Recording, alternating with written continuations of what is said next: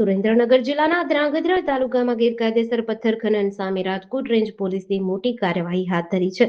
વાવડી ગામની સીમમાંથી 2 truck, 1 crane અને અંદાજે 15 ટન પથ્થર સહિત કુલ 25 લાખ રૂપિયાનો મુદ્દામાલ જપ્ત કરી વધુ કાર્યવાહી હાથ ધરવામાં આવી છે. રાજકોટ રેન્જના નાયબ પોલીસ મહાનિરીક્ષક નિર્લિપ્ત રાયના માર્ગદર્શન હેઠળ સરકારની કુદરતી સંપત્તિને નુકસાન પહોંચાડતા તત્વો સામે કડક કાર્યવાહી કરવામાં આવી રહી છે. તે અંતર્ગત રાજકોટ રેન્જ પોલીસની ટીમે મળેલી ચોક્કસ બાતમીના આધારે ધ્રાંગધ્રા તાલુકાના વાવડી ગામની સીમમાં વાસાડવા જવાના માર્ગે આવેલી એક વાડીમાં દરોડો પાડ્યો હતો.